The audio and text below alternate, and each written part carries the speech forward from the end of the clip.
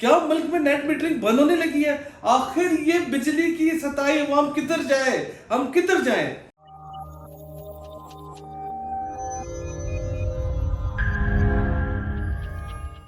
अस्सलाम वालेकुम नाजरीन, कैसे हैं आप लोग? सब ठीक ठाक हैं? मैं एक बहुत ही अजीब व गरीब र्यूमर के साथ आया हूं और मुझे जल्दी जल्दी आना पड़ा क्योंकि मुझे सुनने में आया कि जी डीएचए के अंदर सोलर लगना बंद होने लगा है। क्या मुल्क में नेट मीटरिंग बंद हो जाएगी? वकास साहब मुझे बताएं कि ये गरीब सताई हुई बिजली से सताई हुई आवाम आखिर कहाँ जाएगी, मुल्क के किस कोने में जाएगी? ये सब कुछ जानने के लिए मेरे पास एक हस्ती बैठी हुई है जिनका नाम है मिस्टर वकास खलीक। जी वकास खलीक साहब, मेरे सवालों के जवाब दें वरना आज मुझे हार्ट फेल होने लगा है। जी, सोशल मीडिया के ऊपर अशर आपने देखा होगा बहुत दिनों से ये खबर चल रही है कि ऐसे ही है। DHA is imposing fine. Fine, तो yes. एक तो ये है कि सबसे पहली बात ये कि ये अफवाह नहीं है, it's a correct news Okay. कि वाकई ही सोलर सिस्टम लगवाने वालों पे फाइन हो रहा है, बट उसकी आगे टर्म्स एंड कंडीशंस हैं। अच्छा, परेशान होने की जरूरत नहीं यानी है। हम लगा तो सकते हैं ना जी सोलर? जरूर लगा सकते चलें हैं भाई, शुक्र है। डीएचए ने थोड़ा सा ना अपनी पॉलिसीज को चेंज किया। और सबसे पहले मैं ये करेक्ट करता चलूं कि ये सिर्फ अभी डीएचए कराची के बारे में हम डिस्कस कर रहे हैं।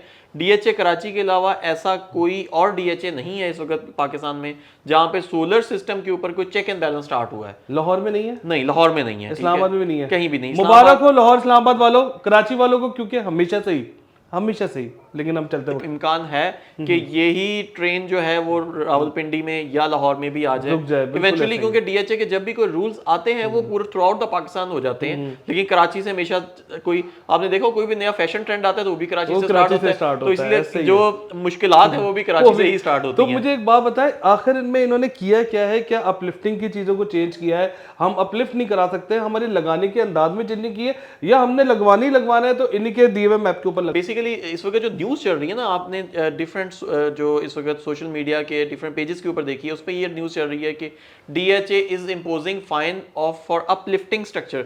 सोलर सिस्टम के ऊपर ना दो तरह के स्ट्रक्चर लगते हैं। एक होता है जो छत के ऊपर L2 स्ट्रक्चर लगाया जाता है। आपको इस वक्त मेरी सामने वीडियो के नजर आ रहा है, ये L2 स्ट्रक्चर होता है जिसके ऊपर आप 2 पैनल्स या 3 पैनल्स L3 का स्ट्रक्चर चलता है जो कि ज्यादा उठा के नहीं लगता। ये तो स्टैंडर्ड स्ट्रक्चर है ही है। लेकिन इसी तरह से एक अपलिफ्टेड स्ट्रक्चर होता है जो आप इस वक्त स्क्रीन के ऊपर देख रहे हैं। वो अपलिफ्टेड स्ट्रक्चर क्या होता है कि जो कॉम्पैक्ट छतें होती हैं या जिन्होंने ज़्यादा सोलर सिस्टम लगवाने होते हैं, तो उन छतों के ऊपर हमें एक लोहे की फ्रेमिंग करके या एल्यूमिनियम की फ्रेमिंग करके हाई रेज स्ट्रक्चर बनाना पड़ता है। अब हाई राइज स्ट्रक्चर के बहुत सारे प्रॉब्लम्स भी होते हैं। उसके फ़ायदे तो हैं कि वो जगह कम घेरता है, लेकिन उसके अगेन अदर प्रॉब्लम्स ये होती हैं कि उसकी सेफ्टी एंड सिक्योरिटी का मसला होता है। हाई राइज स्ट्रक्चर के अंदर जो बहुत सारी सोलर कंपनीज इसका स्ट्रक्चर बना रही हैं, वो लो क्वालिटी स्ट्रक्चर भी बना देती हैं। और कस्टमर भी बहुत दफ़ा ये करता है कि प्राइस कटिंग करने के लिए, सोलर सिस्टम ऑलरेडी इतना महंगा होता है, तो वो कहते हैं जी क्यों ना हम यहाँ पे जो एंगल की कोई थोड़ी सी हम बचत कर लें। गार्डर्स लगाने हैं तो गार्डर्स की जगह हल्की क्वालिटी का गार्डर लगा लेते हैं, तो कस्टमर भी समटाइम्स बचत कर लेता है। या सोलर जो नॉर्मल आजकल चलती फिरती सोलर कंपनीज वाले हैं वो भी अपने कॉस्ट कटिंग करने के लिए हल्का स्ट्रक्चर लगा लेते हैं। तो डीएचए बेसिकली उन लोगों को फाइन कर रहा है जो हल्की क्वालिटी का स्ट्रक्चर इस्तेमाल कर रहे हैं। डीएचए की अपनी एक टर्म्स एंड कंडीशंस। डीएचए को क्या परेशानी है? डीएचए देखें, डीएचए में अगर आप अपना वाटर टैंक भी अगर उनके एसओपीज के मुताबिक नहीं बनाएंगे ना, तो उसके ऊपर भी वो फाइन करते हैं। अगर आपके घर के सामने का जो रैंप होता है वो भी उनके क्वालिटी स्टैंडर्ड के मुताबिक नहीं है, तो उस पर भी फाइन करते हैं। तो वो अपनी बिल्डिंग उनके बिल्डिंग के बाय लॉज हैं, जो कि मेरा ये ख्याल है कि डीएचए के बाय लॉज बहुत स्ट्रिक्ट तो जरूर है, लेकिन वो कोई बाइस्ड बायलॉज नहीं होते। वो एक अपना नज़्मो ज़ब्त बरकरार रखने के लिए और क्वालिटी स्टैंडर्ड को बरकरार रखने के लिए बिल्डर के ऊपर चेक एंड बैलेंस रखते हैं। और अगर बिल्डर के साथ साथ सोलर कंपनी के ऊपर भी वो चेक एंड बैलेंस रख रहे हैं, तो ये मेरा तो ये ख्याल है कि ये तो बहुत अच्छी बात है। तो हम क्यों हमें डराते? अच्छा, आखिर हर चीज हम लोग खौफ में क्यों ले सोशल लेते हैं? मीडिया के ऊपर बहुत सारे लोग अपने चैनल्स के ऊपर प्रमोशन लेने के लिए या अपने पेजेस के ऊपर शेयर्स लेने के लिए नेगेटिव न्यूज पर आते हैं, क्योंकि नेगेटिव न्यूज हमारे पाकिस्तान में ज्यादा शेयर होती हैं positive news as compared to the positive thing. तो लोगों ने बड़े धड़ाधड़ देखे बगैर शेयर करना शुरू कर दिया। तो हमारी एक रूटीन बन गई है कि कोई मसला होता है हम गवर्नमेंट को मारधाड़ करते हैं या अथॉरिटीज के ऊपर जो है ना हम उनको। हमें बहुत बड़ा फायदा है विकास, अगर हम लोग हमारी अपलिफ्टिंग अच्छी ना हो तो पैनल उड़ने का खतरा भी होता है। अब हुआ ये कि बेसिकली डीएचए ने फाइन तो इंपोज किया है, लेकिन फाइन इंपोज उन लोगों के ऊपर किया है जो हल्का स्ट्रक्चर बना रहे हैं। अब उसके अंदर उन्होंने टिल्ट एंगल का भी ख्याल रखा है। उन्होंने ये भी देखा है कि स्ट्रक्चर जो है ना प्रॉपर्ली ग्राउंड माउंट हुआ है कि नहीं हुआ, कंक्रीट पैडिंग हुई है कि नहीं हुई।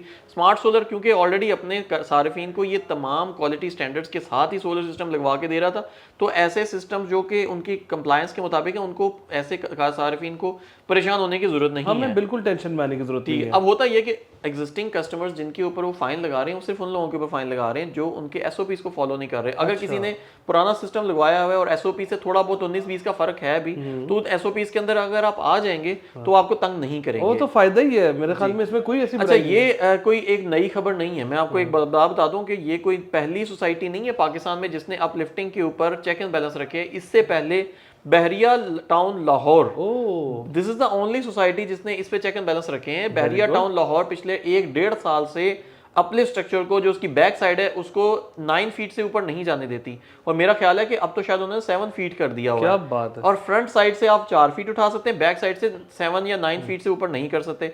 उसके 2 फायदे हैं, एक तो एयर रेजिस्टेंस कम होती है, स्ट्रक्चर के पूरे उखड़ने का खतरा कम होता है। थर्डली ये हो जाता है कि स्ट्रक्चर जो है वो एस्थेटिकली अच्छा लगता है, बिल्डिंग के ऊपर अच्छा लगता है, और पूरी छतें जो है बहरिया टाउन की जो ओवरऑल है वो एक ही लाइन में आती हैं। ज्यादा एक्स्ट्रा ओवर बड़ा जो है ना, एक छत के ऊपर एक कैप पहनाया हुआ नहीं लग रहा होता सोलर पैनल लगने के बाद। हाँ, ये जरूर होता है कि आप टिल्ट एंगल जब कम करते हैं तो प्रोडक्शन थोड़ी सी कम होती है, तो आप जहां बहुत सारे और फायदे हैं वहां थोड़ा बहुत अगर कॉम्प्रोमाइज कर भी लें तो कोई बुराई नहीं है। ऐसा कैसे हो सकता है? मैं तो एक यूनिट का, मैंने 20 लाख का सिस्टम लगाया, मैं तो एक यूनिट भी कम वो बर्दाश्त नहीं करूंगा। अच्छा, ऐसे लोगों के लिए फिर ये है कि वो L2 L3 स्ट्रक्चर इस्तेमाल करें और जितने पैनल उनके ऊपर आते हैं उससे मैक्सिमम एफिशिएंसी लेने के लिए सिर्फ उतने ही पैनल लगाएं। ये सिर्फ उन लोगों को जिन्होंने एक्स्ट्रा पैनल लगाने हैं उन लोगों को अपलिफ्ट करना पड़ता है। अपलिफ्ट करना हर छत पे जरूरी नहीं है। रिस्ट्रिक्शन सिर्फ अपलिफ्टिंग के ऊपर है, जो कुछ लॉ आया है डीएचए का वो ज्यादा अपलिफ्टिंग के ऊपर है, L2 L3 और सिर्फ अपलिफ्टिंग स्ट्रक्चर के ऊपर है। L2 L3 स्ट्रक्चर को वालों का इसके से कोई लेना देना नहीं है। वेरी गुड हो गया जी। आप देख रहे हैं, हम जब वकास साहब के साथ बैठते हैं तो अल्हम्दुलिल्लाह खुश होकर उठते हैं। देखा जाए तो ये बिल्कुल भी हार्मफुल नहीं है, कोई बुरी बात नहीं की हुई, या ये आवाम के हक में नुकसान नहीं है। ये हमारी एक हक की बात है और हमारे लिए फ़ायदे की बात है, तो लिहाजा जो पॉलिसी हमें उसके साथ चलना चाहिए। देखते रहिए स्मार्ट सोलर को और हमारे पॉडकास्ट को इसी तरह। इंशाल्लाह आपको इसी तरह आपके जवाब मिलते जाएंगे। शुक्रिया।